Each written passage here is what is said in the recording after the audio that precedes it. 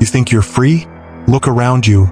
Look at the relationships you cherish, the people you obey, the guilt that gnaws at you when you dare to say no.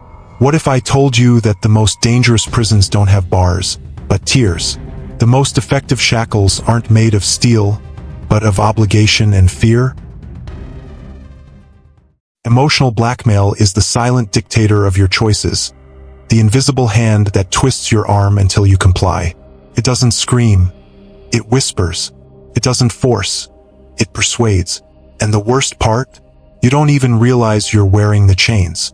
How many times have you sacrificed your own needs because someone weaponized your love against you?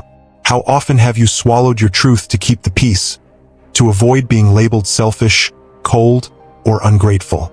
This isn't just manipulation, it's psychological warfare, and you've been losing the battle without even knowing you were in one. Emotional blackmail thrives in the shadows of your goodness. Preys on your empathy, your loyalty, your fear of abandonment. The blackmailer doesn't need a weapon when they have your own conscience loaded and aimed at your head. If you really loved me, you would. After all I've done for you, this is how you repay me? These aren't questions, they're traps. They're designed to make you owe compliance, to make resistance feel like betrayal. And once you give in, the cycle tightens its grip. Every surrender trains them how to control you, and every hesitation teaches you how to distrust yourself. This is how power is stolen, not through force, but through the slow erosion of your will. The question is, when did their emotions become your responsibility? When did their happiness become your burden to carry? Let's strip away the illusions and expose the machinery of emotional blackmail. It operates on a simple but devastating equation. Threat plus fear equals control. The threat isn't always overt. It's the unspoken ultimatum, the looming specter of disappointment, the withdrawal of affection if you step out of line. The fear? That's yours. Fear of rejection, fear of conflict, fear of being seen as the villain in someone else's story. And here's the brutal truth.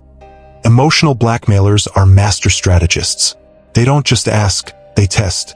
They push boundaries to see how much you'll tolerate, and each time you fold, the demands grow louder, the guilt cuts deeper. Why?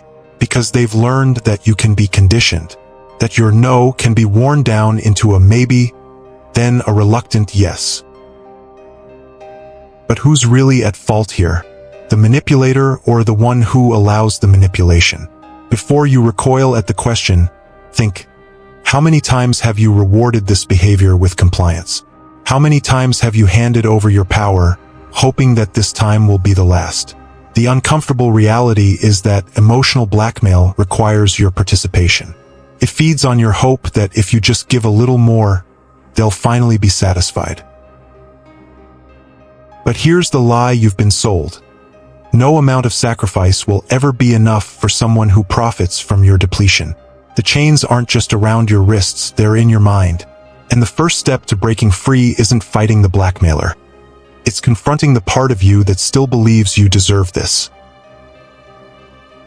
What if I told you that emotional blackmail isn't just something done to you, it's something you allow? That's the hardest pill to swallow.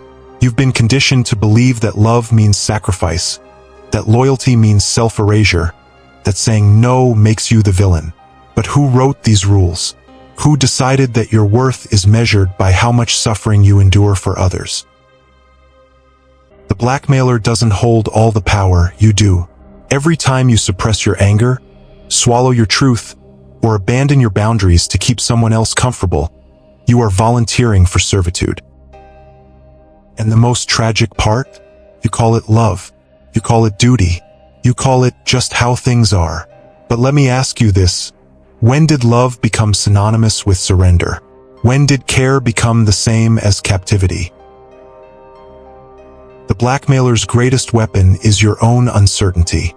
They exploit the gap between what you feel and what you dare to express. They sense your hesitation and turn it into leverage. You're overreacting. You're too sensitive. After everything I've done for you? These are not statements. They are spells designed to make you doubt your own reality. And once you start questioning yourself, the game is already won. Because a person who doesn't trust their own judgment is a person who can be controlled. But here's the truth they don't want you to realize. Your emotions are not negotiable. Your boundaries are not up for debate. The moment you treat them as such, you hand over the keys to your own cage. So ask yourself, why am I negotiating for basic respect? Let's talk about the currency of emotional blackmail. Guilt. It's the poison they inject into your veins to keep you compliant. Guilt is not an accident, it's a tool. The blackmailer knows exactly which words to use, which memories to invoke, which buttons to press to make you feel like a debtor in an unpayable emotional loan. After all I've sacrificed for you, I guess I just care more than you do. These are not expressions of pain, they are calculations. They are designed to flip the script, to make your needs seem selfish and their demands seem reasonable. But here's what they won't admit. Real love doesn't keep score. Real respect doesn't demand repayment. So why does it work? Because guilt is the most addictive drug in the human psyche. It hooks into your deepest fears of being wrong, of being unloved, of being the bad guy. And once you're addicted, the blackmailer becomes your dealer. They dangle forgiveness as a reward for obedience, withholding it when you resist. But here's the question you must confront. Why are you seeking validation from someone who profits from your suffering? Why are you begging for crumbs of approval from the same person who starves your spirit? The day you realize that guilt is not a moral compass, it's a leash, is the day you begin to break free.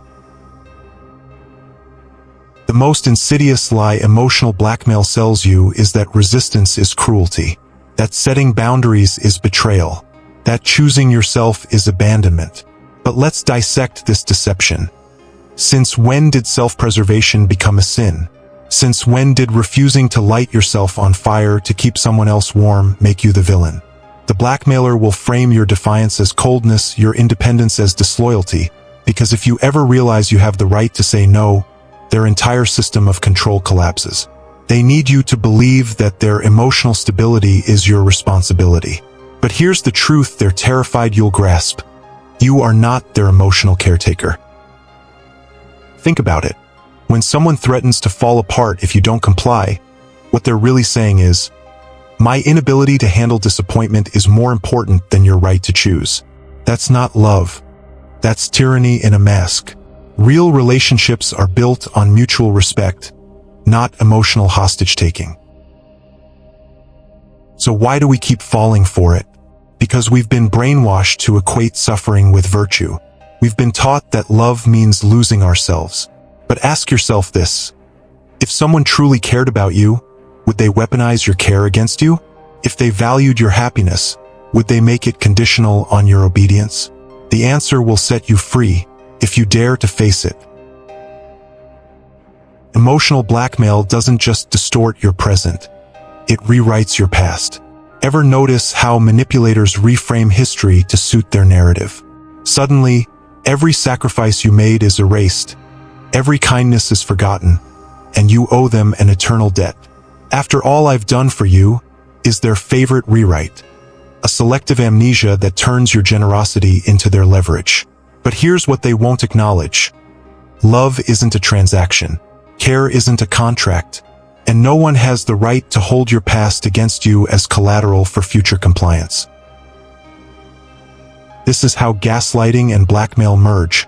They make you question your own memories, your own worth, until you're trapped in their version of reality. They'll spin the story so masterfully that you start apologizing for their manipulations. That's the pinnacle of psychological warfare, when the victim defends the abuser. But break the illusion. Ask yourself, when did I sign away my autonomy? When did my life become a repayment plan? You weren't born indebted. You were born free. And no amount of emotional accounting can change that unless you let it. Let's expose the grand illusion. Emotional blackmailers don't want your love. They want your submission.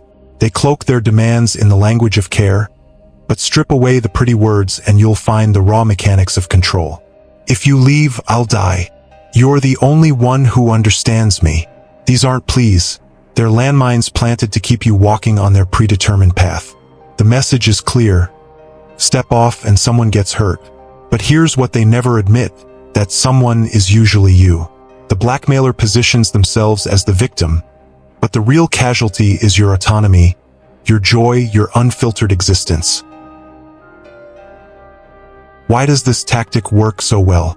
Because it exploits humanity's deepest terror, the fear of being responsible for another's suffering. We've been conditioned to believe that causing pain, even unintentionally, makes us monsters. But flip the script.